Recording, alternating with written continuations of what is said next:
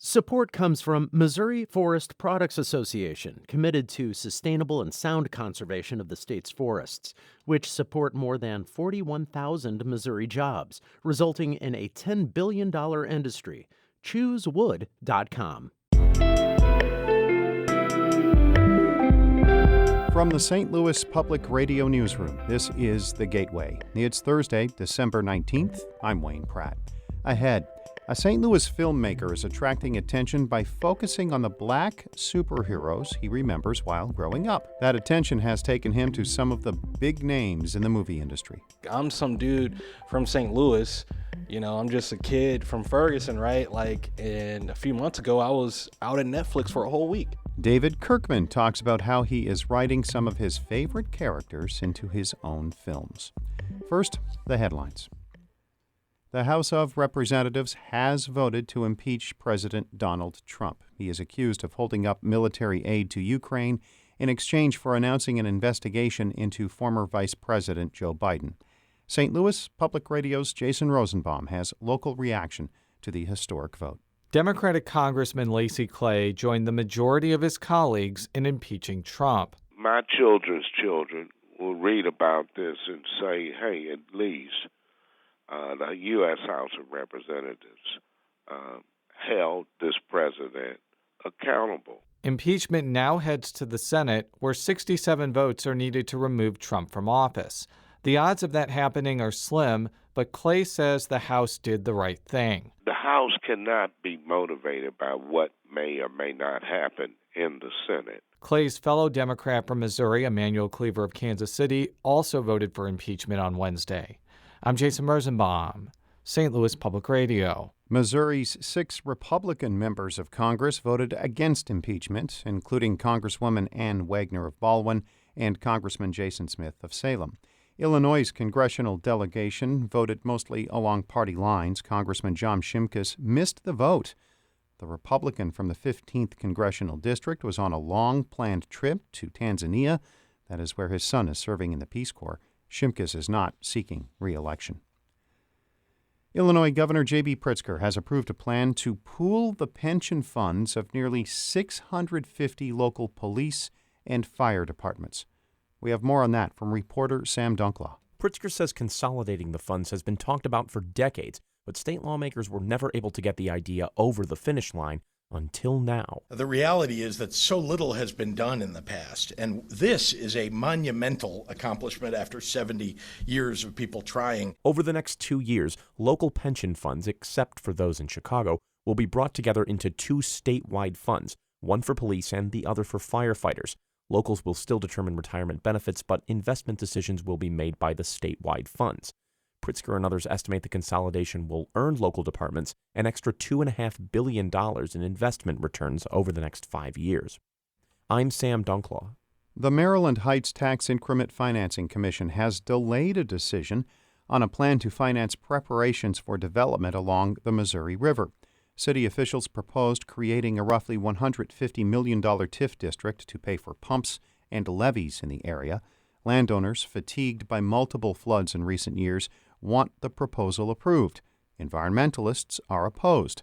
They say it is preparing the area for development that could worsen floods in the St. Louis region. The commission will hold another meeting on the proposal January 3rd. Keeping early music alive around St. Louis. Our Jeremy Goodwin dives into that with a couple of experts on the most recent Cut and Paste podcast.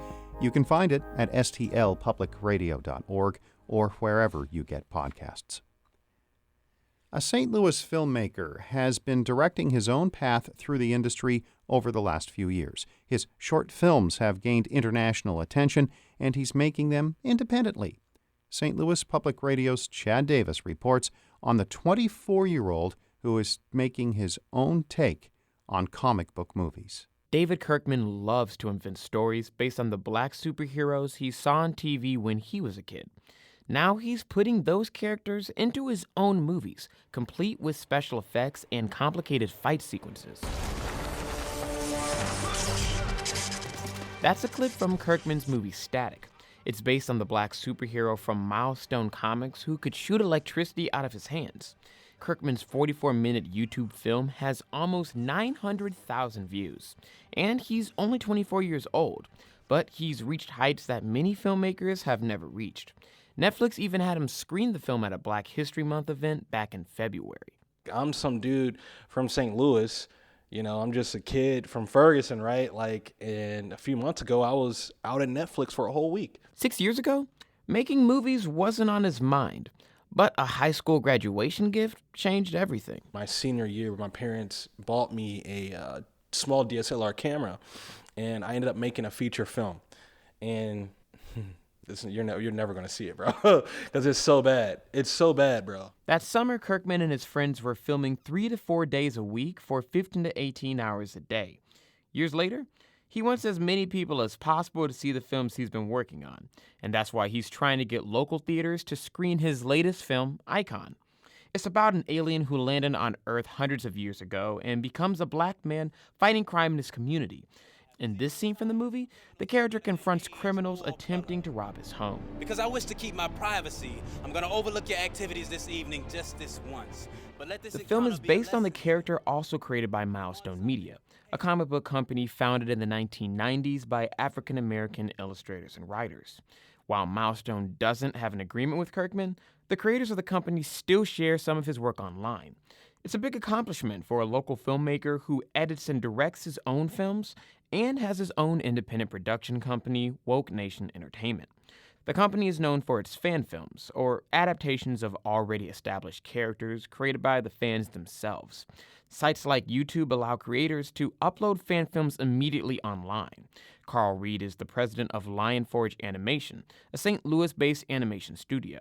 He says oftentimes those films can work as long as the owners of the characters don't object. With fan fiction, you don't have some huge studio with a mandate that has to touch a broader audience. You actually get that fan love that knows the source material and that wants to show their perspective on it. Kirkman's films have caught the attention of film buffs around the world.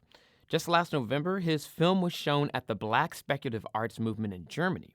The event highlights Afrofuturistic work, or science fiction rooted in the Black experience. Natasha Kelly was a curator for the event. She says Kirkman's work has universal appeal, but she really values what it means for Black kids. Screening the film here, for me, was a way to show the kids here especially, hey, this is what you can do. This is what Afrofuturism allows you to do. This is, you can put your heart in a project and, make something come out of it. And that's what Kirkman hopes to capture with each of his upcoming films. My allegiance is definitely toward reclaiming the Black imagination and giving voices to underrepresented people in our particular community. That's what's important to me. Kirkman isn't slowing down anytime soon. He's working on Static 2, an adaptation of another Milestone Media character, and a new film on his own ideas. I'm Chad Davis, St. Louis Public Radio. Our David Casares edited that report. Shula Newman is the executive editor of St. Louis Public Radio. Music by Ryan McNeely of Adult Fur. I'm Wayne Pratt from the St. Louis Public Radio Newsroom. This has been The Gateway.